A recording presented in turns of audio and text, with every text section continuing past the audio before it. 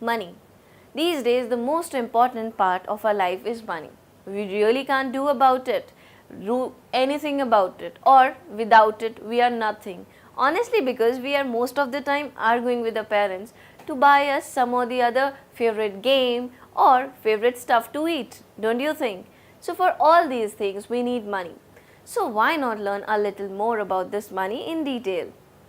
You must have seen when you ask for money from your parents, they give you some 100 rupee notes or they give you some 20 rupee notes and rest are the coins, right?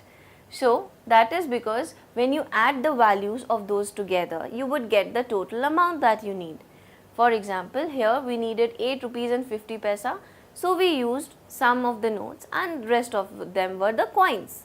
So similarly, you can have the different denominations for any amount you require.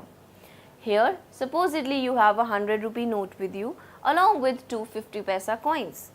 These 50 paisa coins together would make up 1 rupee.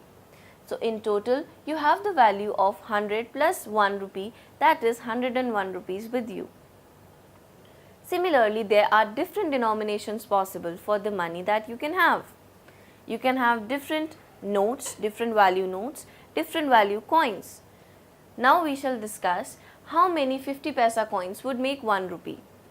For that we know the exact answer 2. So that makes 50 paisa half of 1 rupee. Yes, exactly, because 1 rupee is 100 paisa.